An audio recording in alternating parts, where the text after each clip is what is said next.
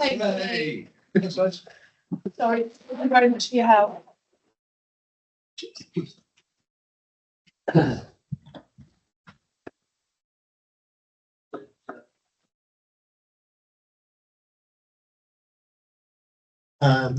Good morning, everybody.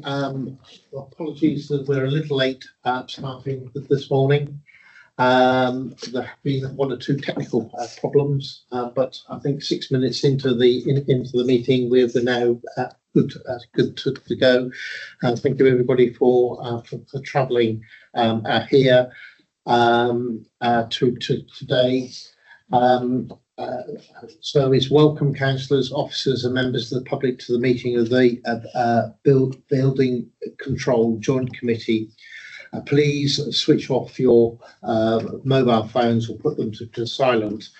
There are members of the press together with officers from Mid Devon District Council attending this meeting virtually. Can I please ask those attending virtually to switch off your microphones to avoid any disruption during the meeting?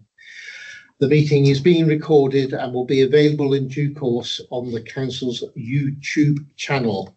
And a reminder for councillors, firstly, to ensure that those attending virtually can hear the proceedings, and for the recording to capture the entire meeting, please ensure you project your voice and speak clearly. And B, please remember it's a formal meeting and therefore do not refer to councillors or officers by their first names. And on names, I am Councillor Stephen Keeble from Mid Devon. I'm starting the meeting in the absence of Councillor Denton, who is not able to make the meeting this morning. Is everybody happy that I proceed as chair to the meeting as I did so at the last meeting? If it needs a formal proposal, I'd like to propose that Councillor Steve Keeble maintains the position of chairman today. And I'll second. All those in favour? That's carried.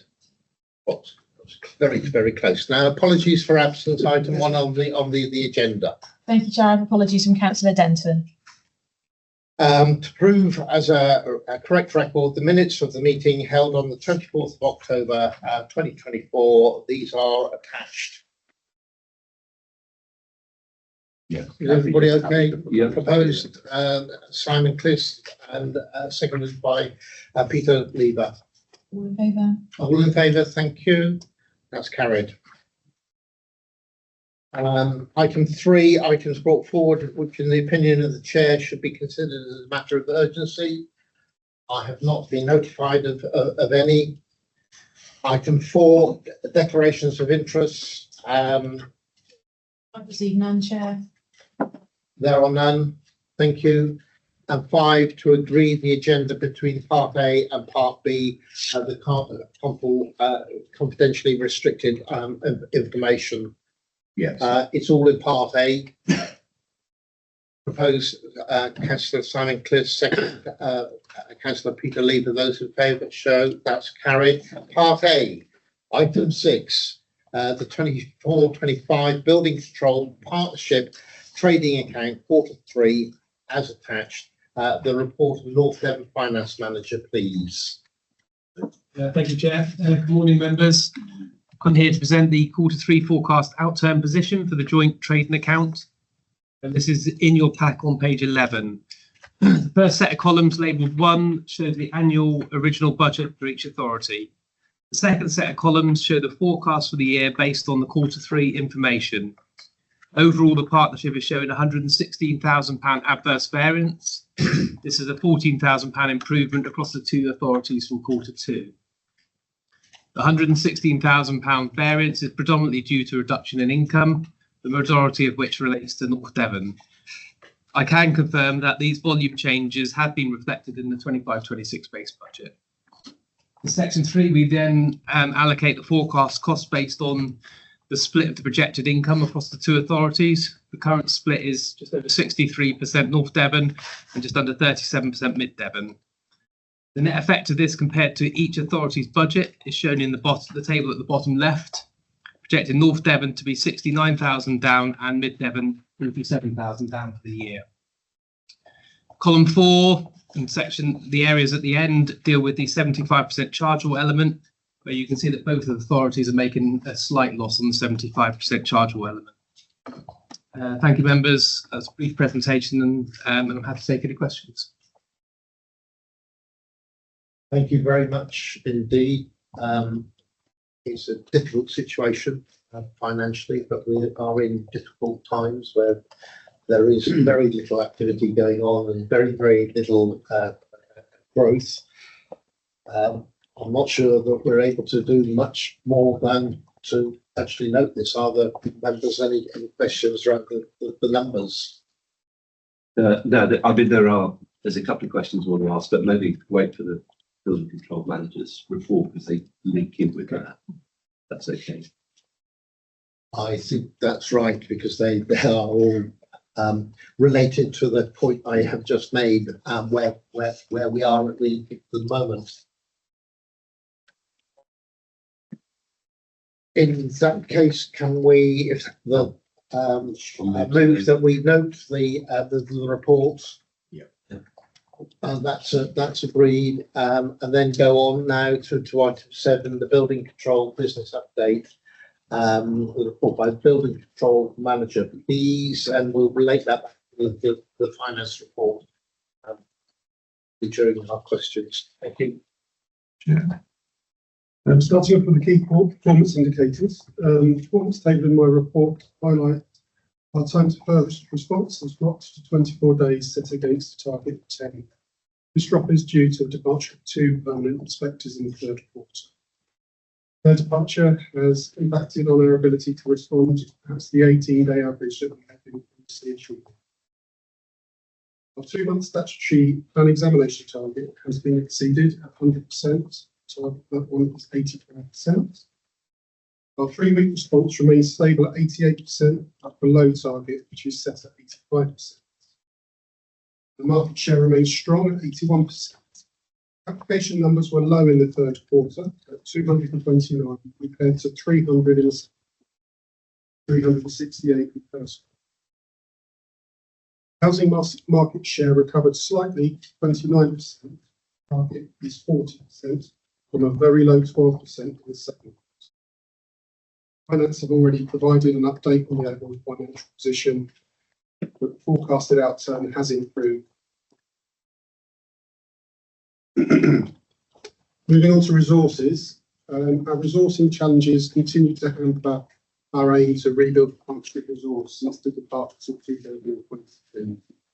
Since the last committee meeting, we have lost a third of them with Class 2 sector, leaving us once again with 3 vacant inspecting positions.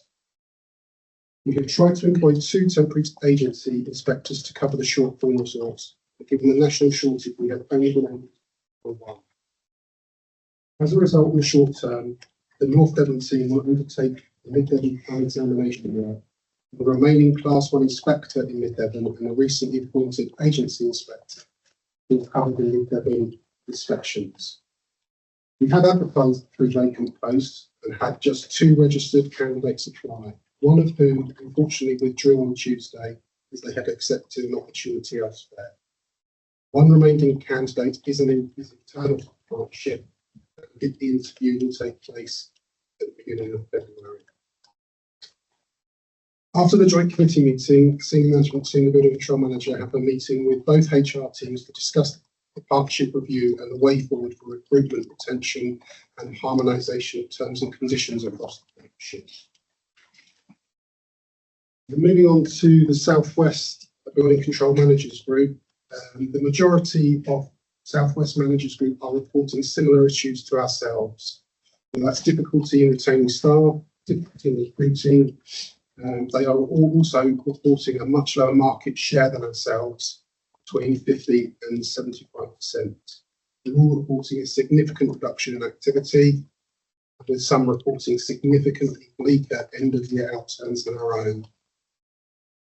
Three of our adjoining adjoining South West councils have received contact recently from the Building Safety Regulator and are currently being audited. And all are reviewing their pay structures, retention policies and charging structure.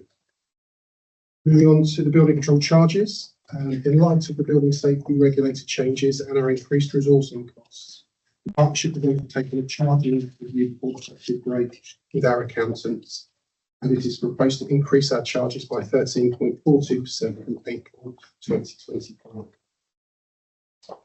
Moving on to recent audit reviews, the Devon Group Internal Audit visited partnership in December, and the partnership, so there was a follow-up meeting to a previous audit that we had this time last year.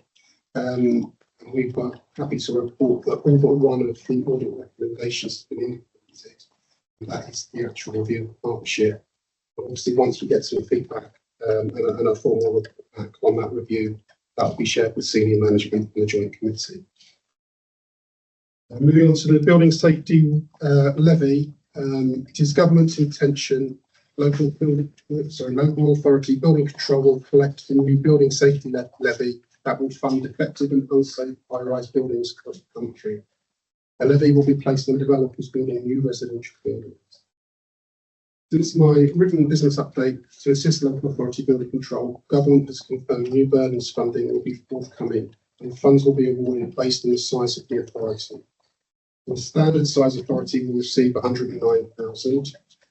Large councils will receive just over 129,000, and very large councils will receive just over 140,000. The funding is to assist authorities in the collection of the levy based on developers. Details on the implementation date or how the levy will be applied and what rate are yet to be announced. Moving on to Building Safety Regulator live KPI data collection.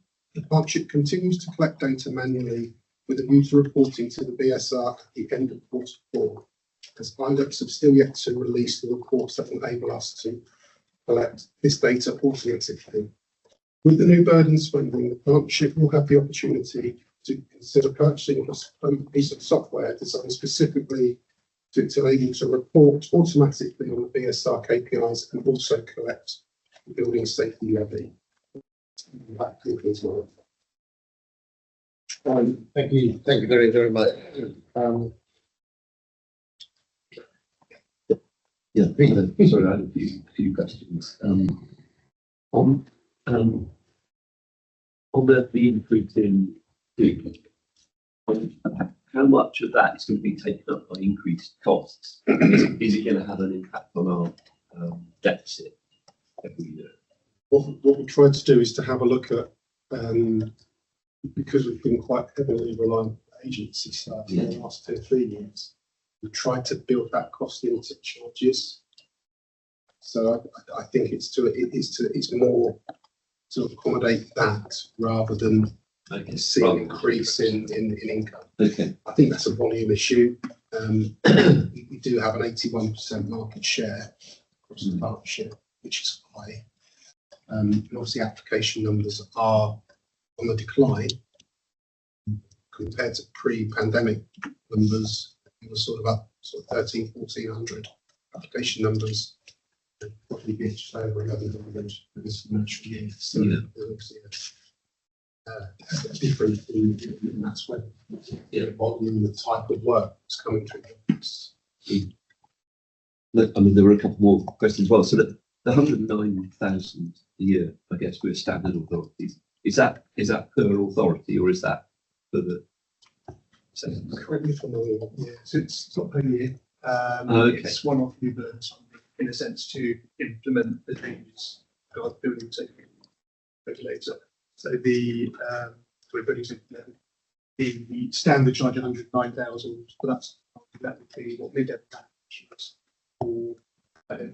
for North Devon's allocation. We fall under a larger property, so 129,000. Because as a partnership, there's just like £4 million there for implementing efficient software related costs, resources required in a sense to bring us up to the implementation. So quite a significant pot. the levy will be received in the new financial year. If it's not all spent in the first financial year, then obviously we've got the option of putting that into reserves and then drip feeding that out to cover any ongoing costs. So between ourselves, we'll come up with a plan as to what that money is going to be spent on and how it's going to be then released. Okay. Just one final one, Chair, is talking to architects in Northampton. Apparently, our building control isn't something that you can't apply through planning board. Some of them you can. They see that as a sort of not a huge block, but a sort of small block to use. Yeah, we have historically used the planning portal. Yeah. We stopped using the planning portal earlier, I think April of last year. And the reason we did that was that planning portal were wanting to charge clients £80 to use that service. Yeah. And they at the same time wanting for them to take our charge at the same time that the application was received. And because of the bespoke nature of so much of the work that we do, we effectively quote most of the work that we do. So until they build in a process whereby we can confirm our charge rather than they take the charge all up front.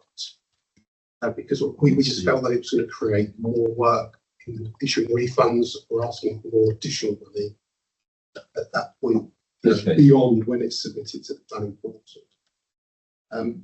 That's interesting. It'd be interesting to discuss the architects that you've been in contact with, because that's very positive feedback. Obviously, we have our own system, but the applications come directly to our inbox. Yeah. We usually transfer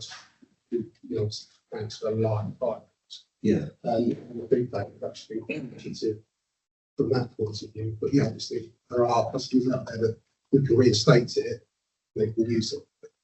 Yeah. Planning portal are charging £40 administration fee. It's about to go up to £80 just to process and get the application to the local authority. Yeah. I felt perhaps wasn't. But I can see if they're charging a standard fee as well, because I know you do most stuff. So.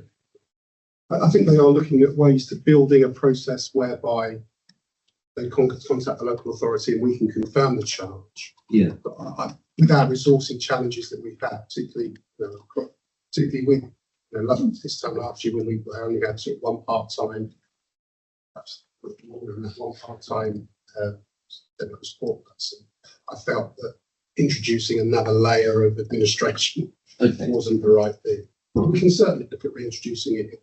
That's okay. All right. Thank you, Councillor Lever. Very interesting question and extremely interesting answer back on that. And I think that there is a need for some kind of potential customer feedback on that. But thank you for that. Councillor Clist. I did have a few questions, but two of them were aligned very much with Councillor Lever. So I've just got the two. One is easier than the other. On page 16, it says in the South West Regional Managers Group, 3 of the South West Group have been contacted by the BSR and are going through an audit process. How often do the audit processes happen, please? Yeah, I'm led to believe that every local authority will be audited on a 4-year cycle, so we can expect it's coming our way soon. So it aligns with the term of each administration, basically. Yes. Right. Yeah. No, that's fine. Yeah. And my follow-up question is, how arduous is that for you, bearing in mind your recruitment and resourcing? I mean, in terms of servicing that audit, the audit is a 10-day process, so it's quite involved, but it's from a distance. Right. It's a sort of dip in and out. So I think it's very much they approach you with a data collection exercise, and then it's the way in return, and they focus their questions accordingly. My second question takes us to building control charges. Councillor Lee touched upon it just now. It's 2 questions wrapped up in one. Thank you for putting forward that the increased charges will be 13.42%. Firstly, are you capped in any way, and is that enough? And the second part of the question is, what do private building control companies, are they more, less? Best guess, probably. If I can answer the second part, Yeah. answer your question first. Unlike ourselves, the private sector don't have to advertise their charges, so it's very difficult for us to gauge. In terms of the quality of our, if we can maintain our quality of service, we will maintain our market share. Our customers will remain loyal to us through a challenging periods. We've managed to keep above 75% the last sort of 2 financial years. When I did look at it, we did look at increasing the charges by a significantly more amount, up to 30%. And when we looked at that charging structure in comparison to our Southwest Group, we would have been significantly higher than everybody else. So we took the view that we would remain competitive. Alignment with others, yeah. Yeah, and I think the comparison that I've done to date was, I think we're one of the first within the Southwest Group to put our charges up, or proposed to put our charges up. They are all planning to do so. So the comparison that I did was with their current charging. So I'm anticipating, and we were still just at the top, sort of the top third, I would say, in the top third quartile. But I'm anticipating we'll put the charges up. So it'll put us probably back into that, right in the middle third, if you like. So we'll do. It won't go till then. It's not so it's what they believe. Thank you. And where it is also loaded is that I bet you our private competitors don't have to put their board minutes in the public domain. Thanks, Jay. Just going back on the same point. So the impact obviously of 13% the income budget. You alluded to earlier, we built into the expenditure budget the provision to make sure that we can continue with the resources that we're maintaining at the moment. So the trading account earlier showed overspend on budget, agency costs. That's been built into the budget to make sure we continue with that level of resource. The chargeable element on the trading account earlier that you covered showed a small deficit for authorities, 13,000 North Devon and about 7,500 in Midland. To be able, it will cover the additional agency costs that are built in and hopefully negate the deficit on the chargeable element to bring that back to the break-even position, which is set out in the resolutions. Thank you. I mean, my questions come then to the impact on the two officers from Mid-Devon, really, which kind of almost follows on. What is that impact apart from the affecting the KPIs? How is that work being spread?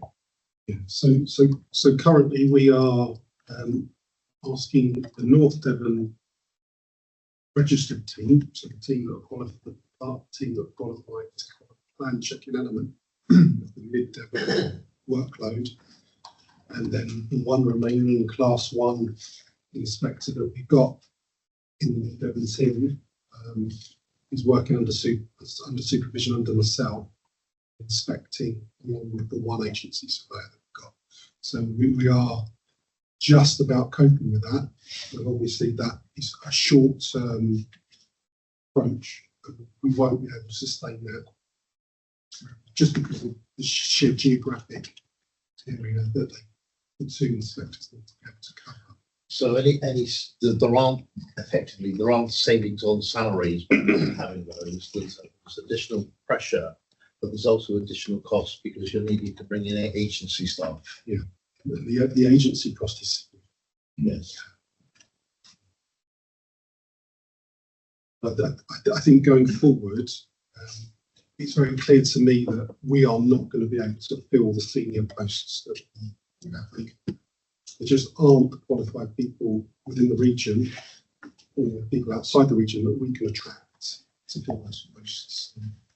We do actually have a meeting after the joint committee with the HR teams to discuss perhaps looking at the structure and maybe finding a way to maybe recruit to more junior positions, train our own, bring it through. I think the key challenge there for me is that if we do that, we're successful in bringing a couple of people in. We need to create an environment and a contract with them that encourages them to stay. Yeah. You know, perhaps some sort of career progression post. Yeah. Because once you've got as a trainee or a class 1 inspector, you have to work under supervision. But the day you become a class 2A domestic inspector, you can work under your own steam, license. Effectively, they're in. It's keeping them and encouraging them to stay. But as you said in your report, we are not alone. This is the experience elsewhere. And I certainly know from our Devon experience, even when we're putting good market supplements on, there's still failing to recruit because of the national shortage. And I think that's the key point that we're really needing to get across to the government.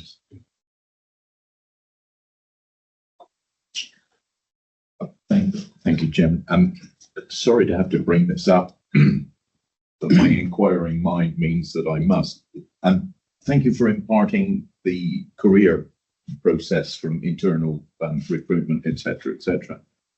One thing that crosses my mind immediately is: are you constrained in many ways by employment laws by doing that? And is there going to be an exercise on how to get round various hurdles that you might encounter? Well, I guess potentially so, but we'll discuss that with HR, but make sure that if we do create career grade positions, that the correct procedures are in place for those stepping stones. Very, very awkward. I was reading about employment in the agricultural industry the other day, training through colleges and apprenticeship schemes, and you can't actually offer that person, train them up to do an actual role, get tied in with their student and their college experience, because they have to then go and do what they want to do rather than be tied to you, even though you've had the financial input. I'm hoping that the situation that we're in is slightly different, because the roles that we would be advertising wouldn't necessarily be an apprentice role. It would be a building surveying, building inspecting role that has career progression built in. I apologise for my line of questioning, That's putting fine. you on the spot where employment law is concerned, but Yeah, no, it's right. Thank you, Edward. Yes. Just to add to that, so we've done something very similar in our environmental health group, where we substantive posts that we haven't been able to fill for a number of years. So we looked at doing it under, say, a graduate scheme or an apprenticeship scheme, and that's not bringing people straight out of school. That maybe bring people in, offering them training through the apprenticeship, really. But then as having them on a career grade to eventually train them up. Hopefully that investment allows them to be loyal and stay with you, and that you continue to invest in them ongoing as well with further training, CPD opportunities. And then on the back of that, hopefully you retain them into the future. And I think that's the way we're going with a number of posts now, in terms of where we've struggled with going out to get substantive qualified people, trying to grow your own and train them up yourself. Like that level of retention and improved by the investment you've made. Thank you. Chair, apologies for being a bit late. In case you wonder who I am, and what I'm doing is I'm David Clayton, Councillor Clayton, leader of North Devon. Just trying to get around different committees I'm not familiar with, just get a flavour. So nothing sinister. Welcome, It's a pleasure to meet you. Coming from Mid Devon, I wondered who you was, but I apologise. I didn't want to. and you're most welcome. Yeah, just one more question going back to the retention. I mean, looking at the organisational chart, obviously, at full capacity, we're still quite a small organisation, which does limit progression, doesn't it? Everything's stable. And I just wonder if that's if the same problems are occurring in other building control organisations, if that's something we maybe want to have a think about in the future, as not expecting an answer or anything, but I mean, as a bigger organisation, I think there's more scope for career progression all the way through. isn't there really? Certainly with the partnership review that we're undertaking at the moment, there is scope to approach other authorities, Yeah. potentially. See, there are a couple of Devon groups already, or South West groups that have formed alliances. I'm originally from Hertfordshire and spent 25 years in Hertfordshire Building Control. Oh, yeah. We were the one authority that didn't join the Hertfordshire Building Control Group because we were the most affluent authority. But in the end, after I left, they did actually join the group because we found we couldn't recruit because they were pinching all inspect. So there is certainly some scope to look at. Yeah, yeah. I mean, not a discussion for today. Just No, I mean, I think the challenge that might be that you just may create a bigger problem Yeah. because if you're all struggling, it just makes the areas a bit bigger. But using it as well. Okay, thanks. Any final points? Final questions? There is no, I think we've concluded that agenda item 7. There is no part B, so I declare the meeting closed at 10:37. Thank you very much.